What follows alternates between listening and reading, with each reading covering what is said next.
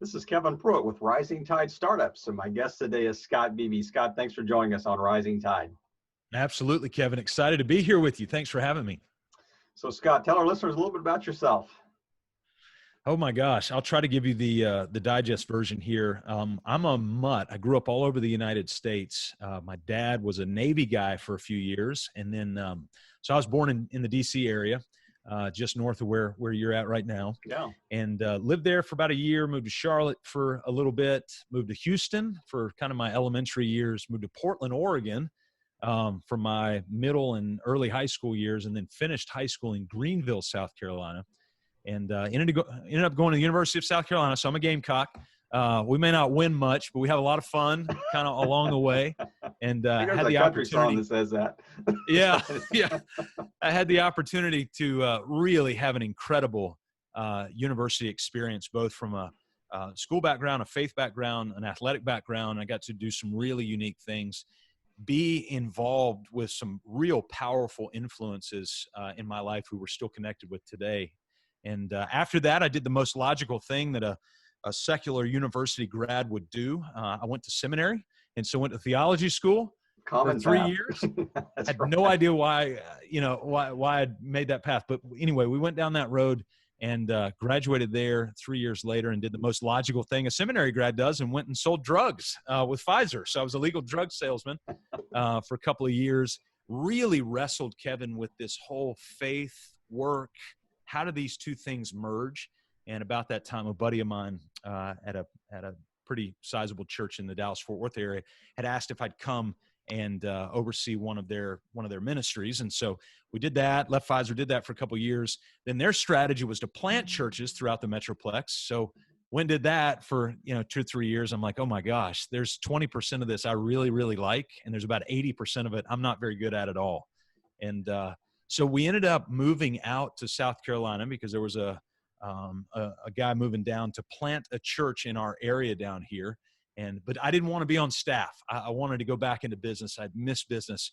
And so in 2007, went back to work for Pfizer. They were gracious enough to allow me to come back into a different territory, and was working there. We were engaged because of our church plant in Nigeria. So going back and forth to Nigeria, Pfizer, Nigeria. So I take all my vacation and we'd go over there a couple of times a year. And we're doing that. And then about 2013 was asked by the organization that we volunteered with if I would come on staff and essentially be their international director. It's like an executive director, responsible to the board, Yep. all of that. And so 13, 14, and early part of 15, that was my role, and was loving it, was finding things out, was uncovering stuff. And then wouldn't you know it, as in so many faith organization backgrounds, there was this meltdown among the board, this kind of coup d'etat, and 8 of the 9 board members ended up resigning on February 27th, 2015. And my role was directly responsible to the board. And the way things were going down, the board had to dissolve that role that I sat in. And so that was at noon on February 27th, 2015. I left that building and was totally unemployed. I was 39. Ash and I had been married by that time 17 years, somewhere around there, 16 years, and 3 kids. And, kind of coming into high school and middle school and tailing off in elementary school. And so here we are in the middle of all this, and I got nothing. And, man, it was a lonely flight back from the Dallas-Fort Worth airport to the Savannah airport. And I just remember the drive home. It was middle of the night by myself. I distinctly remember driving over the Savannah River Bridge and just having this kind of sense of just loneliness. And that was on a Friday. The next Monday, I called 2 buddies of mine who own businesses here locally, and I told them that I wanted to coach them. I wanted to be a business coach and coach them. And they're like, man, that sounds amazing. What do you do? Like, I don't know, but you're friends of mine, and we're going to figure this out together. And they were so generous. And those 2 guys are still clients of ours today, going on our 6th year here at Business on Purpose. So that's a little kind of history. Hopefully it's brief enough, but a history about who we are. So unpack the idea. I mean, as you're driving across the river, you wake up the next morning, you think, I got to do something. I mean, it probably went through your mind. Do I go back to Pfizer, or do I go back for the trifecta to go back to Pfizer and try to get that role again? Or what was kind of the impetus for kind of putting these pieces together? I mean, it's easier to look backwards. So what, Yeah. wake up, I want to be a business coach, but it has a faith element to it. And, kind of walk through the thought process and the whiteboard sessions that you were kind of going through even mentally. Yeah. Yeah. Um, so fortunately, I had a little bit of a runway. The organization, the board, before they dissolved, had worked up a couple of months runway for us, which was amazing. I distinctly remember talking to Ashley and saying, I feel like I'm going to need a coach of some kind to kind of help me navigate. And because I did not feel like I wanted to go back into the corporate setting and to go back into, not that I was, a misfit and didn't want to have a boss and all that kind of stuff. I think I can work really, really well with, competent, vision-led kind of leaders. I think I can do really well in that situation. But I also felt just this sense of, I've got some real skills that that I believe I can bring to the table and Sure. offer business owners, particularly, that it's kind of low hanging fruit for me, but it's really high hanging fruit for them. It's hard for them to get to, Hmm. but it's the way I heard somebody put it later on, again, looking back in retrospect, was what's ordinary for you is extraordinary for other people. And so Yep. what felt very ordinary to me for these business owners felt very extraordinary. And it was a situation where I could come in and be of some real value to them. And so basically, we just started kind of coaching. I don't want to say we were making up it as we go, but we were literally designing it as we were going through that whole thing. And I did go through, well, should I go back into a faith-based organization? Should I go Hmm. back into a for-profit organization? And I just felt this sense like, let's give this a go. We've got runway. There are people I can reach out to. Ended up hiring Aaron Walker, View from the Top, as my one-on-one coach. A couple months into that, ended up joining Iron Sharpens Iron Yep. Masterminds. I've been a part of that now going on 6 years.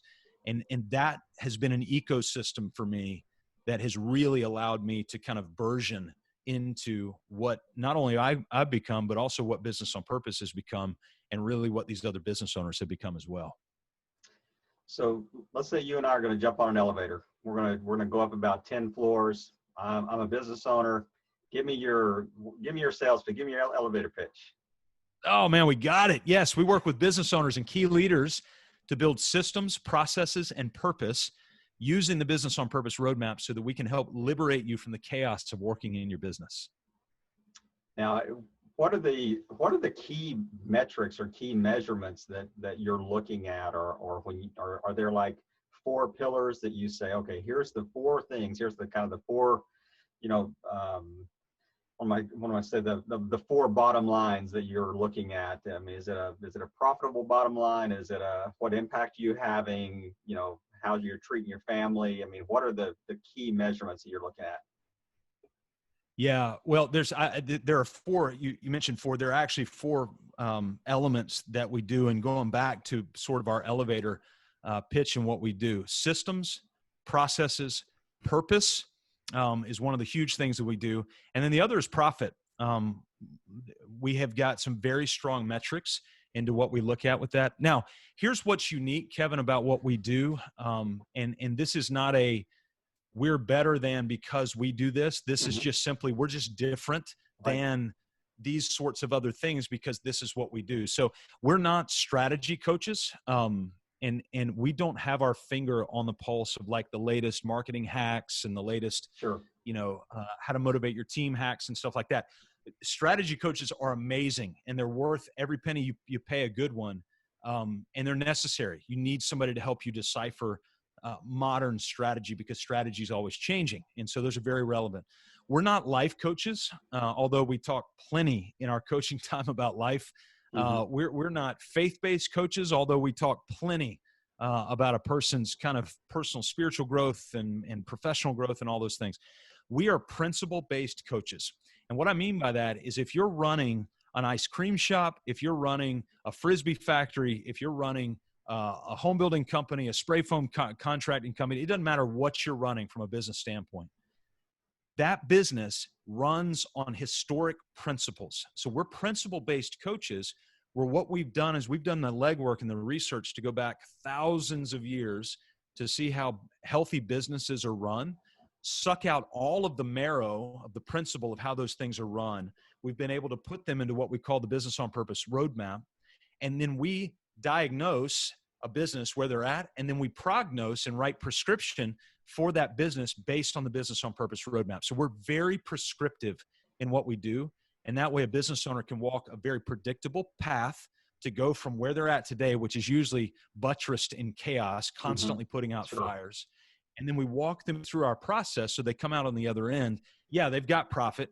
We've got to, actually, that's probably one of the easiest things to do, is to generate cash profit, not just a bottom line on the net income statement, but to generate cash profit. That's pretty easy, as long as they have more money coming in that's going out, and they're willing to do everything we ask them to do. But then those other things, systems and having those metrics laid out, processes, having those metrics laid out. And then the other thing is the purpose. I mentioned vision, mission, values. That is priority. That's foundational, that we've got to get that built in, because if they don't know where they're going, they don't know why they're going there, and they don't know what the curbs on the side of the road are to get there, man, you talk about the chaos will never leave them at that point. Yeah. So is this it's an ongoing process? I mean, are you working with these business owners over a long period of time, or is it a fairly short process? Kind of walk us through the timeline. Yeah. So we got two major phases. One is what we call the installation phase, and the other is the implementation phase. And the installation phase really depends on the business. The fastest that we've ever had anybody go through it is 4 months. But it's really not intended to be a sprint. There's really no value in sprinting through it. Typically, it's going to take 6 to 12, and in some cases 18 months, depending on the complexity of the industry that they're in. And so that's usually the installation phase, where we can build everything in: vision story, mission statement, core values, delegation roadmap, profit accounts, level 2 dashboards, org charts, 12-week plans, the whole thing. So there's about 20 to 25 things that we've got to install, and then sub points to each one of those. But that's, let's call it a 6 to 18 month window for installation. And then from there, our average client, we've had the privilege of being able to work with them for at least 2 to 3 years, and in many cases, the duration of how long we've been around. So there's probably roughly 8 or 9 that we're still working with, that we were working with 5 years ago.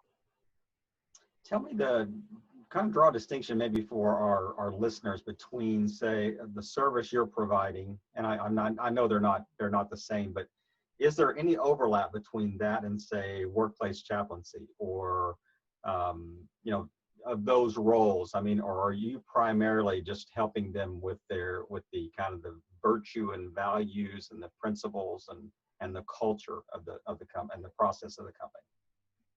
Yeah, to my understanding, I don't fully understand all the ins and outs of the kind of the corporate chaplaincy world, but to my understanding, the chaplaincy mindset is really going to be hyper and laser focused, and rightfully so, on kind of the spiritual personal development and health in the professional development side of things. Yeah. And so what it's doing is it's giving, I'll call it both principle and strategy for how to manage yourself and manage other people through that. And so that's bringing, let's call that cardiovascular health. So what they're doing is they're bringing cardiovascular health to the body. What we're doing is bringing cerebral and skeletal health to the body. So the substructure of the bones that the body relies on, or else it would just collapse. Right. That's really where we're at. And the nice thing about the skeletal system is we know exactly the bones that need to exist. And so we'll come in and go, hey, you're missing a fibia. Like, you don't have one at all. So we need to come in and put one in. Or your tibia's broken, or your forearm's broken. Like, we need to repair and fix that. So that's where we would live in the metaphor, is very structural, very prescriptive, and understanding, hey, it takes 200 and some odd bones to create a healthy skeletal system. And so we're going to walk you through exactly what those are for your business. Oh yeah, I was actually just waiting on you to kind of go in your football mindset again and say you were the strength and conditioning coach or something that you brought in. So yeah, those guys didn't like me much. I couldn't lift enough for those strength guys. And the I always made fun of them anyway, because their chests were always bigger than their legs. That's right. They just look odd. That's exactly right. Tell us about your team. Oh my gosh, we love our team. Organization. Yeah, we're not huge. We've got four of us now, and so it's myself, and then we've got Ashley who runs all of our administrative back end, and then we've got Jessie, and she is actually I said four, it's five. We've got Jessie. She's kind of our grandmaster in terms of she kind of holds all things together. She's very much a quarterback Hmm. for our team. And so anybody that's in our Business on Purpose membership roadmap, Jessie is their person. And so she is definitely the key linchpin in that, but she also handles a lot of our back end. We just, sent out an email to our email list yesterday. She wrote all the ad copy or the email copy in there. And she quarterbacks anytime we need graphic design or anything. She Right. takes care of getting all of that. She doesn't do all of it, but she coordinates all of that. And so we work with a fair number of outsourced contractors as well. And then we've got two coaches. We've got Greg Gray, who's been with us for the last few years, and man, that guy is killer. He handles a lot of our larger businesses in terms of larger in revenue and Hmm. staffing. And so anybody that we've got we've got a couple of clients with him that are in the 40 and the 30 and the $20 million range. And so he handles a lot of those because he's got a background in large organizational coaching and consulting. He's also a black belt Lean Six Sigma, so he's just smarter than I am. And then Thomas Joyner, we just brought Thomas on here in the last couple of months. So excited about Thomas being with us. This guy has spent a career as an area director for Young Life, for the Young Life Okay. Yeah. organization, and the skill sets are a natural fit into what we do. Sure. And naturally, we're a systems and process business, so we've systematized and processed everything. So he has been in process of about a 3-month training of just digging and digging and digging, and we're getting him into other coaching meetings and all of that. He's not only going to help us spread our word, but he'll also begin to really serve some clients as well. So is there who would be an ideal client for you? Like revenue size, like maybe even age of founder? What are some of the key characteristics that you're looking for that would be this is kind of the prototypical client we would work with? Yeah. Our prototype is TJ Anderson. TJ owns a spray foam contracting business here locally. TJ's married, 2 kids. He's got a family. He was in his 30s. Actually, he's still there. He's about to be 40, but 30s, 40s, somewhere in that growing family. And TJ was riding down our highway one day, Highway 170. And he said he just had this kind of cold chill moment when this question popped into his head. And he said, what would happen to me if something happened to my business? And TJ at that point was responsible for 85% of the revenue for his company. And it was a multi-million-dollar company at that point. 85% of the revenue ran through his sales fingers. Wow. And his wife was working, but wanted to stay home. Now, other people, their wives want to work or their husbands want to work or whatever, and it's awesome. But they had a goal for Rachel to be able to stay home. And so we had the privilege of starting to work with TJ. And this was about 3 or 4 years ago. And they've got about 12 employees. They're going to be roughly 3 to 4 million in annual revenue. We really work well in that 1 to 5 range, 1 to 5 million in annual revenue, Yep. and then in the under 1. So we've got a whole nother kind of ecosystem for the businesses that are under 1 million. There's a real gap there, and so we filled that in a powerful way. But with TJ, these are usually business owners that are constantly throwing Hail Marys. They're trying the next big thing, down the field. They're putting out the next fire that comes in. They're responding to the latest, loudest voice. They're frustrated. They spend all their time working in the business, thinking in the business, and doing all of that stuff. And they never act like an owner. They just kind of Right. created a job that they hate and Like a the boss E-Myth revisited there. Yeah. Yeah. It's classic Yeah. E-Myth. And if you've not read that, you got to read that. That's foundational. It's a great awareness book. And so basically, you take a guy like TJ, you walk him through our system. He puts in a lot of hard work. This is not 3-minute abs. This is P90X for business. Like, you got to sweat and grind. And he put in the work. And as of this year, so we're 4 years in, I think, as of this year, they've had a record year. We're at the time of this recording, we're about 5 months into the year. They've had a record year. And TJ has sold 0 this year, 5 months in. And Wow. so Rachel now stays home with the kids for this season of their life. Hmm. And they've got a business that is an asset. And they don't have plans to sell it, but Yep. it's an asset. And it's a Right. business TJ spends all of his time working on instead of all of his time just being sucked into it. And he can go on a Friday afternoon and go get on in the boat with his wife and go on the intercoastal and He just have a did good time. Tuesday of this past week. And that's a true story. They have been saving up for a couple of years now because of the model that we've got them under. So we even talk about those things. And they've been saving up so that in the middle of a pandemic, they can go get the boat that they've been eyeing for 2 years now because they had the cash built up to go do it because they built the kind of business that they do. They're not type of luxury and doing all that. They're not being stupid with their money. Right. They've been very, very intentional with what they're doing. Speaking of, it's a great segue. I'm curious to kind of get your thoughts on how the COVID-19, the coronavirus pandemic how's it you've seen it affect your business internally, and how are you kind of leading your team through this difficult period for everybody? Yeah. Yeah. Kevin, by God's grace for us, we were prepared very, very well because we follow our own medicine in how we've built our business. We're lean on overhead. We're lean on all of those things. And it put us in a position to be able to really be in a support and an encourager to all of the businesses that we serve, but also to a lot of the businesses that we don't serve. So we ended up starting a business owner huddle call. That week 1, we did 4 straight days. Week 2, we did 2 days a week for the next couple of weeks. And then we did once a week for a while. Every week we had a banker, a CPA, a lawyer, and a federal government affairs official on the call answering everybody's questions about all of these things. So as crazy as it sounds, our business will grow out of this. We actually hired in the middle of it. Yeah, you did in the last 2 months, that's for sure. Yeah.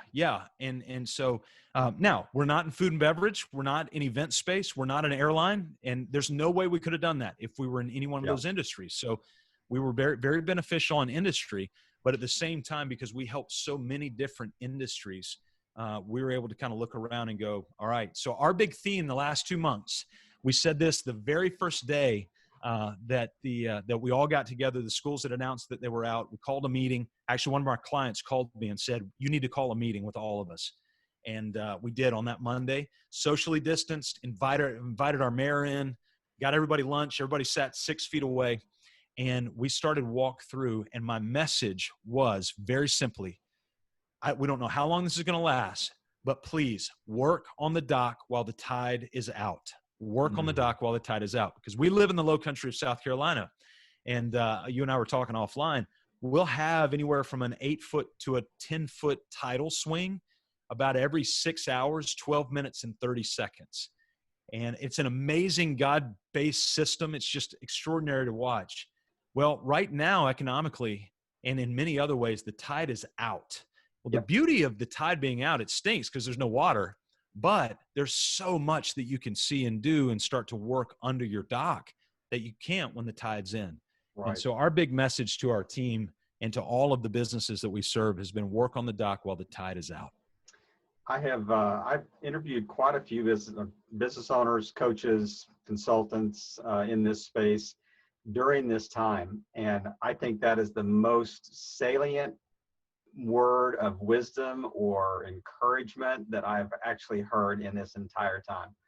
I love that quote. I may have to put that on my wall somewhere, work on the dock while the tide is out. So that's awesome. Well, I'll do one better. We've got a client that's an architect, and he actually hand drew somebody working on the dock while the tide is out. And so I'll send you a copy of that. Would love to see it. It's actually one of our core values now. So we have not changed our core values in 5 years, but because of this situation, we ended up changing a couple of our core values. And now one of our 5 core values is work on the dock while the tide is out. And I'll pull this up here since we're on a Zoom, you can see it, but that's the handwritten sketch that Pierce did from Pierce Scott Architects. That's the visual of what we've been encouraging people to do over the last 2 months. That is great. Scott, I could sit here and just chat with you all day long, but I do want to. I don't want to get between you and your boat trip here in just a few minutes. But is there anything that we haven't touched on that you just kind of want to close us out with, and then tell people where they can find you online? Oh yeah, absolutely. Now, the one thing we encourage people to do, this is another core value of ours, is write it down. Write it down. And wherever you're at in your business right now, whether you're a startup, you've been going for 3 years and your cash flow positive, or that you feel like you're about to go out of business, you're 20 years in and you're about to sell, or wherever you're at, you've got to have an articulate vision story. We'll go back to our mutual buddy, Mike Barnett. He's the one who taught me this back in 2001. You've got to have an articulate vision story. This is not a statement. This is not a one sentence, a paragraph, we want to be the world's best, whatever. This is a 2 to 3 to 4 page document clearly describing out, these are the things that we want to do and these are the things that we want to be. But you've got to have it written down. There's a great statement from a Jewish guy was walking in the Middle East, and he heard this statement from God, and God told him, write the vision down so that those who read it may run. And so we want to encourage you, if you go to mybusinessonpurpose.com/vision, mybusinessonpurpose.com/vision, we've got a vision tutorial there. It's about 20 minutes long, and it walks you step by step through how you can write your vision down so that those who read it may run. And the value is, once you've got it written down, it doesn't mean they're going to run towards you. They could run away from you and go, I've got no interest in that vision. But you've made it so clear that you've kind of drawn a line in the sand to go, this is where we're going. This is where we're headed to the best of our knowledge. So yeah, mybusinessonpurpose.com/vision is totally free. And we love giving that away to see people articulate their vision. Well, Scott, I'm really grateful you just taking the time today, and in such a time such as this, as they talk about Queen Esther, just you were there for a time such as this, and in the midst of kind of this global pandemic, and when things are so challenging and so difficult financially for people and even emotionally. I mean, people are going through a lot of stuff right now, and just to hear your enthusiasm and your encouragement, just over the airwaves today has just been just really great to experience. And I'm really grateful that we had this time today, and just thank you for playing your part in helping all boats rise in a rising tide. Scott, thanks again. I love it. Kevin, it's hard work to put on a podcast. We've got one ourselves. And so I appreciate anybody who's willing to put in the work for this. So it's not lost on me that you've shared this platform with us. So thank you for allowing us to be on here and for putting this together for us.